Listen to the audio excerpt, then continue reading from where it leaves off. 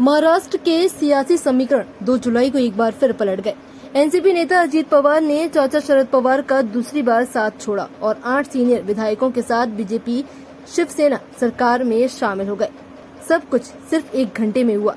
NDA ने जितनी तेजी अजीत पवार और उनके विधायकों को मंत्री बनाने में दिखाई, उतनी ही रफ्तार से अजीत पवार को एनसीपी से अलग किया गया। बीजेपी के एक करीबी सूत्रों से पता चला है कि अजीत पवार को सरकार में शामिल करने का फैसला सिर्फ 2 दिन पहले ही लिया गया था। इसकी शुरुआत 28 जून से हुई। दिल्ली में एनसीपी की कार्यकारिणी की बैठक थी। मंच पर लगे पोस्टर में शरद पवार थे, साथ में कार्यकारी अध्यक्ष सुप्रिया सुले और प्रफुल्ल पटेल। अजीत पवार को पोस्टर में जगह नहीं मिली। सूत्रों के मुताबिक इस बात से अजीत पवार काफी नाराज हुए। इसी नाराजगी को बीजेपी ने भुनाया और 30 जून को एक आर्टिकल में एकनाथ शिंदे को सबसे असफल सीएम बताने वाले अजीत पवार को सरकार में शामिल होने का ऑफर दे दिया। अजीत पवार ने आसानी से ऑफर मान भी लिया। अजीत पवार को सरकार में शामिल करने में देवेंद्र फडणवीस का बड़ा रोल था। ऐसी चर्चा है कि कार्यकारिणी बैठक में शामिल होने पहुंचे अजीत पवार दिल्ली में बीजेपी के एक बड़े नेता से गुपचुप ढंग से मिले थे।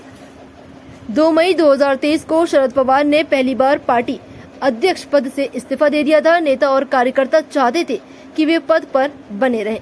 कार्यकर्ता मानते रहे, उन्हें खून से खत लिखे पर पवार नहीं माने। तब सिर्फ अजीत पवार थे जिन्होंने कहा कि शरद पवार की उम्र को देखते हुए ये फैसला लिया गया है कि वो सभी कार्यक्रमों में मौजूद रहेंगे। अध्यक्ष नहीं है, इसका मतलब ये नहीं कि वो पार्टी में नहीं है। आप भावुक ना हो, जो भी नया अध्यक्ष होगा हम उसके साथ खड़े रहेंगे। पार्टी के एक करीबी सूत्र बताते हैं कि इससे ये मैसेज गया कि अजीत पवार शरद पवार के इस्तीफे से खुश है। शरद पवार ने 10 जून को पार्टी के 25वें स्थापना दिवस पर सुप्रिया सुले और प्रफुल्ल पटेल को कार्यकारी अध्यक्ष बना दिया। इससे जाहिर हो गया कि सुप्रिया सुले एनसीपी चीफ की अगली उत्तराधिकारी है। अजीत पवार की नाराजगी की एक वजह ये भी थी कि अजीत पवार का खेमा भी सुप्रिया सुले को कार्यकारी अध्यक्ष बनाए जाने से नाराज था। उन्होंने भी अजीत पवार पर पार्टी से अलग होने का दबाव बनाया।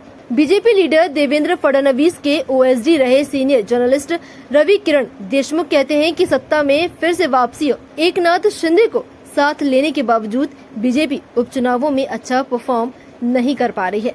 अंधेरी के उपचुनाव में पार्टी ने उम्मीदवार तक नहीं उतारा। शिवसेना की उम्मीदवार ऋतुजा लटके ये चुनाव जीत गयी। नागपुर और अमरावती में हुए एमएलसी चुनाव में भी दोनों दलों के उम्मीदवार हार गए और कांग्रेस के प्रत्याशी जीत गए।